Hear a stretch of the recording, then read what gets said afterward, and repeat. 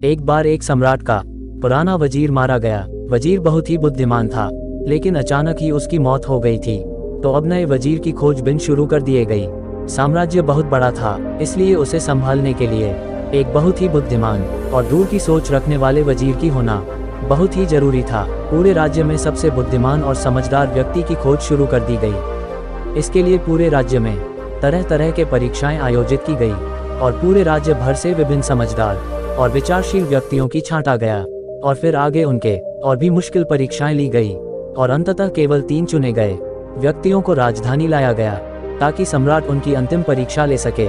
उन दोनों को राजमहल के एक कक्ष में ठहराया गया और सम्राट के द्वारा ये घोषणा कर दी गई कि कल उनके अंतिम परीक्षा ली जाएगी और जो भी उत्तीर्ण होगा उसे राज्य का वजीर घोषित कर दिया जाएगा।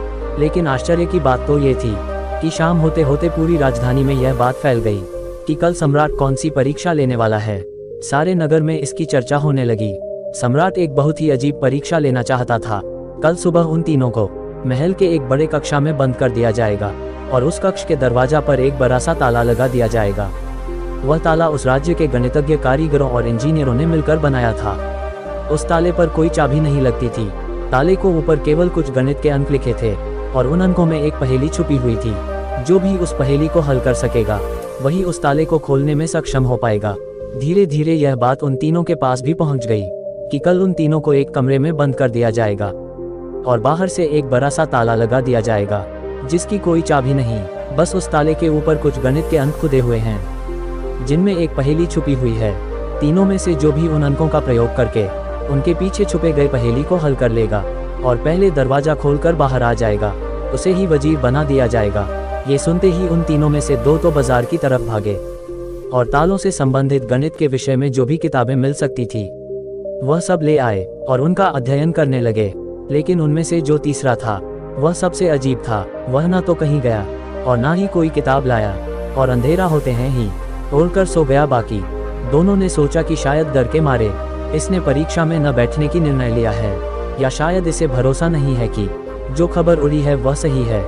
लेकिन फिर भी उन्होंने कोई भी मौका छोड़ना ठीक ना समझा, क्योंकि यह पूरी जिंदगी में एक बार मिलने वाला मौका था। वह रात भर किताबें पढ़ते रहे।